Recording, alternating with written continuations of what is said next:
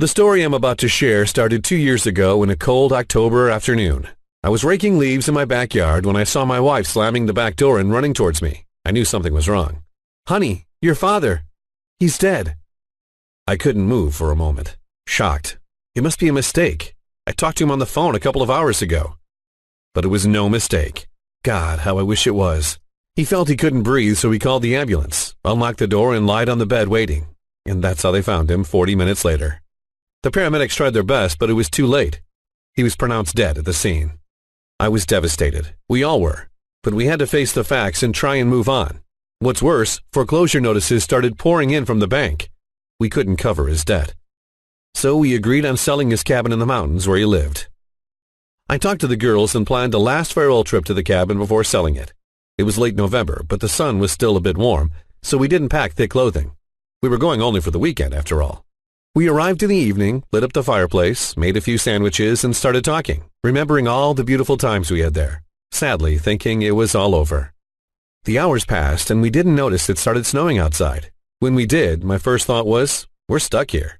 But then again, it was November. How hard can it snow?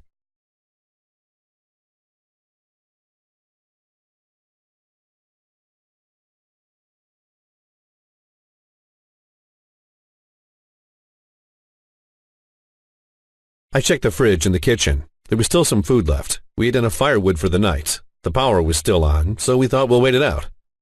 At 12:15, I heard desperate knocks at the door. A man was holding a boy in his arms. His cheeks were bluish. He wasn't moving. I rushed them inside near the fireplace, covered them with blankets, and made them a hot tea. After a couple of minutes, the little boy started waking up. The man told us his name is Andy, and they almost froze to death after their car got stuck in the snow. They lived actually not far from our cabin. But it was so dark and the blizzard was so violent they couldn't find their way home. After stumbling for 2 hours in the white storm, he saw the lights at our house and realized they were saved. He told us he hasn't seen any lights for miles, and that was odd because there were lots of cabins and houses nearby. 3 hours later, we got an unexpected visit from one of our neighbors. He brought his family over after seeing we had electricity, hoping we could charge his daughter's inhaler. They told me the power was out since 9 p.m., but we still had the lights on. And that's when I understood. We were the only ones that had power. But why? And how?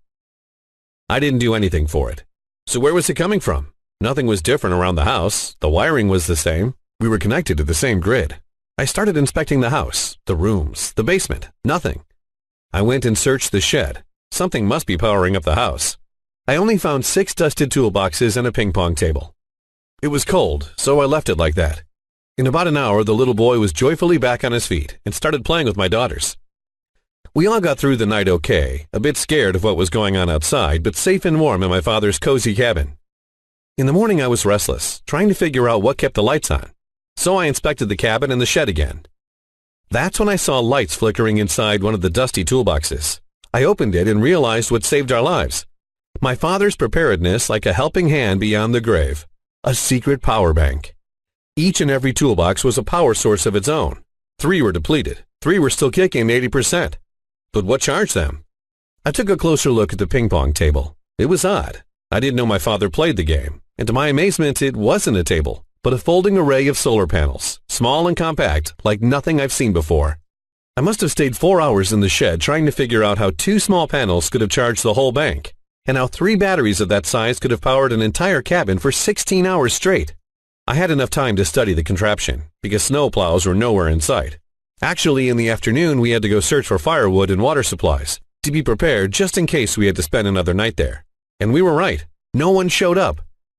We still had power through the second night, although we had to cut down on the big screen TV, not knowing if we were going to spend a third one up there. Help only came the next day, with the usual hassle, like the Gov was doing us a favor. After waiting for 48 hours, what if we wouldn't have had electricity, or food, or supplies? Or even worse, and we would have been all stranded like Andy almost was in his car, in the middle of nowhere. Who would have helped us then? No one. And that's the thing my father, in all his years, understood best.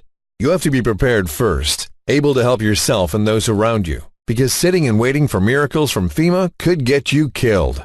I took his notes with me and studied the plans for his solar panel system. Somehow it produced way more AC than you'd expect for that size.